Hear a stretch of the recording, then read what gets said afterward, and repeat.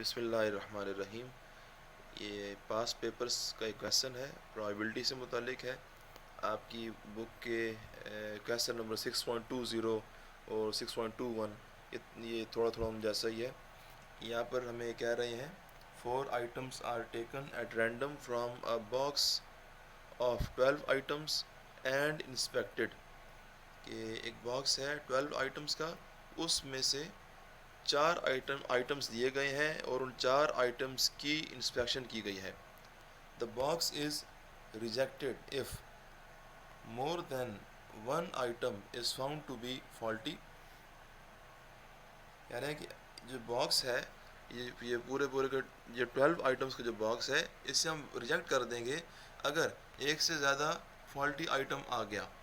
लेकिन ये एक से ज़्यादा फॉल्टी आइटम किन के अंदर? भैया जो 4 आइटम लिए हैं आपने इंस्पेक्शन के लिए, इन 4 आइटम्स के अंदर अगर एक से ज़्यादा फॉल्टी आइटम आ गए तो फिर हम पूरे बॉक्स को रिजेक्ट कर देंगे। If there are 3 faulty items in the box, ये कह रहे हैं कि आपको जो बॉक्स है 12 आइटम का, उनके अंदर ये पता चल चुका है कि 3 फॉल्टी आइटम है। Find the probability that the box is accepted. तो अब आप प्रोबेबिलिटी बताइए कि बॉक्स एक्सेप्ट हो जाएगा। तो जो बातें पता चली हैं उन्हें हम सोल्यूशन में लिखेंगे। सबसे पहले ये बताया था क्लास में भी कि जो टोटल चीज़ें होती हैं उन्हें हम कैपिटल एन कहते हैं, और जो वहाँ से हम चीज़ें उठाते हैं उनको हम स्मॉल एन कहते हैं। तो कैपिटल एन 12 है और स्मॉल एन यहाँ पर 4 है। लेकिन कैपिटल एन के अंदर यानी कि 12 के अंदर ये बताया गया था कि 3 आइटम फॉल्टी, तो इसे लिखा गया है कि 12 में 3 फॉल्टी। तो ऑटोमेटिकली अगर 12 में से 3 चीज़ें ख़राब हों तो 9 चीज़ें जो होती हैं वो ठीक हो जाती हैं। तो 9 गुड।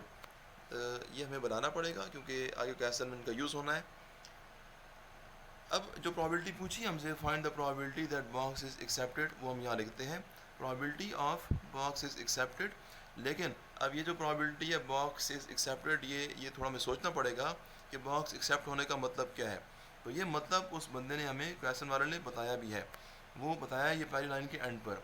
यहाँ पर हमें कह रहे हैं द बॉक्स इज़ रिजेक्टेड, लेकिन मसला ये हुआ है कि प्रोबेबिलिटी पूछ रहे हैं हमसे एक्सेप्टेंस की, जबकि हमें एक रूल बता रहे हैं रिजेक्शन का, यानी बॉक्स रिजेक्ट होने का रूल बता रहे हैं, लेकिन प्रोबेबिलिटी हमसे बॉक्स एक्सेप्ट होने की पूछ रहे हैं। तो अब हमने ये करना है कि इस रिजेक्ट होने वाले जो रूल हमें बताया गया है उसी से हमने कुछ और करना है कि भी रिजेक्शन का जो मतलब बनता है उस मतलब से आपने एक्सेप्टेंस का मतलब बनाना है। तो रिजेक्शन का मतलब क्या है, ये दोबारा पढ़ते हैं। The box is rejected if more than 1 item is found to be faulty. कि बॉक्स रिजेक्ट तो तब होगा जब एक से ज़्यादा फॉल्टी आइटम आएंगे, यानी एक नहीं, एक से ज़्यादा फॉल्टी आइटम आएंगे तो उस सूरत में बॉक्स रिजेक्ट हो जाएगा। तो आप खुद ही सोचिए कि एक्सेप्ट कब होगा। एक्सेप्ट जैसा एक्सेप्टेंस रिजेक्शन का उल्ट होती है, तो एक्सेप्टेंस का रूल भी इस रूल का उल्ट हो जाएगा। तो रिजेक्शन अगर एक से ज़्यादा फॉल्टी पर होती है तो एक्सेप्टेंस एक और एक से कम फॉल्टी पर एक्सेप्टेंस हो जाएगी। क्योंकि मोर देन 1 का जो उल्ट होता है, मोर देन 1 का मतलब है एक से बड़े यानी एक शामिल नहीं है। तो इसका उल्ट जो बात होगी उसके अंदर फिर एक को शामिल करना पड़ेगा, यानी एक को भी और एक से छोटे। तो मोर देन 1 से बड़े, और इसका उल्ट बात ही हो जाएगी कि मोर देन 1 नहीं बल्कि 1 और 1 से छोटे।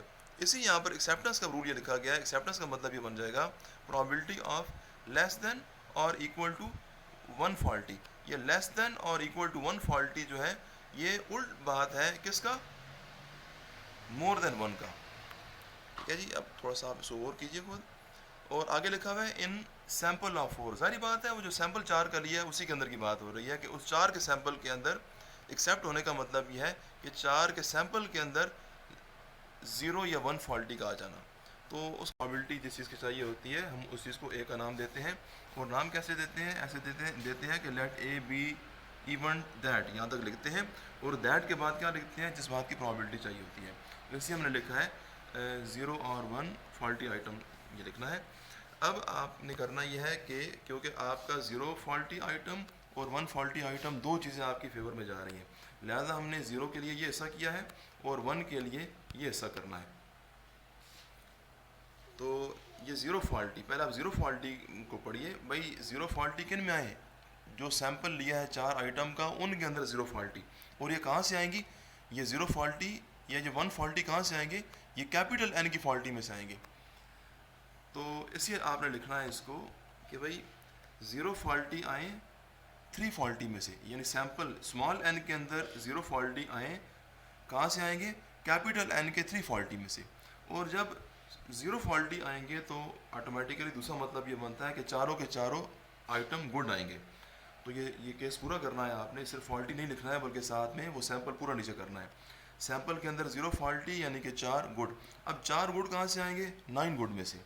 सैंपल के अंदर 4 गुड आए यानी कि स्मॉल एन में 4 गुड आए कहाँ से? कैपिटल एन के 9 गुड में से। वो कैपिटल एन के अंदर आप देखिए ये 9 गुड थे।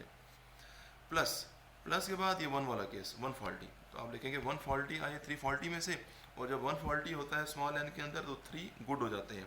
तो 3 गुड आए स्मॉल एन के अंदर कहाँ से? कैपिटल एन के 9 गुड में से। ये आपको क्लास में भी ये चीज़ आप देखते रहे हैं वहाँ पर। तो अब आपने ये थोड़ा सा इसको NCR वाला लेकर थोड़ा सिंप्लीफाई करना है, सॉल्व करना है इसको। तो NA मिलेगा 378, और NS आपको पता है कि NS का फार्मूला NCN है। कैपिटल N की वैल्यू ऊपर से पुट कीजिए, स्मॉल n की भी वैल्यू पुट करें तो आपको NS का आंसर मिलेगा 495। ये भाई ये 12C4 है, वो NCR का बटन आप दबाएंगे, ये भी आपने क्लास में देखा था। बहरहाल अब आपने आगे फार्मूला लिखना है PA is equal to NA over NS। NA और NS ये आए हुए होंगे, यहाँ पुट करिए, आपको PA का आंसर मिल जाएगा 0.7636। लेकिन अब आप सोचेंगे कि भाई हमसे जो क्वेश्चन किया गया था वो तो था बॉक्स इज एक्सेप्टेड, और हमने ये PA को आंसर क्यों बोल रहे हैं? तो इसे बोल रहे हैं कि एक्सेप्टेंस, बॉक्स एक्सेप्ट होने का मतलब 01 आइटम फॉल्टी, और 01 फॉल्टी आइटम को आपने ए का नाम दिया हुआ था। ए का मतलब 01, तो यानी कि ए का मतलब बेसिकली ये बॉक्स एक्सेप्ट होने का मतलब ए है, यानी कि PA का मतलब प्रोबेबिलिटी ऑफ बॉक्स एक्सेप्टेंस ही हो गया। ओके जी, अल्लाह हाफिज़।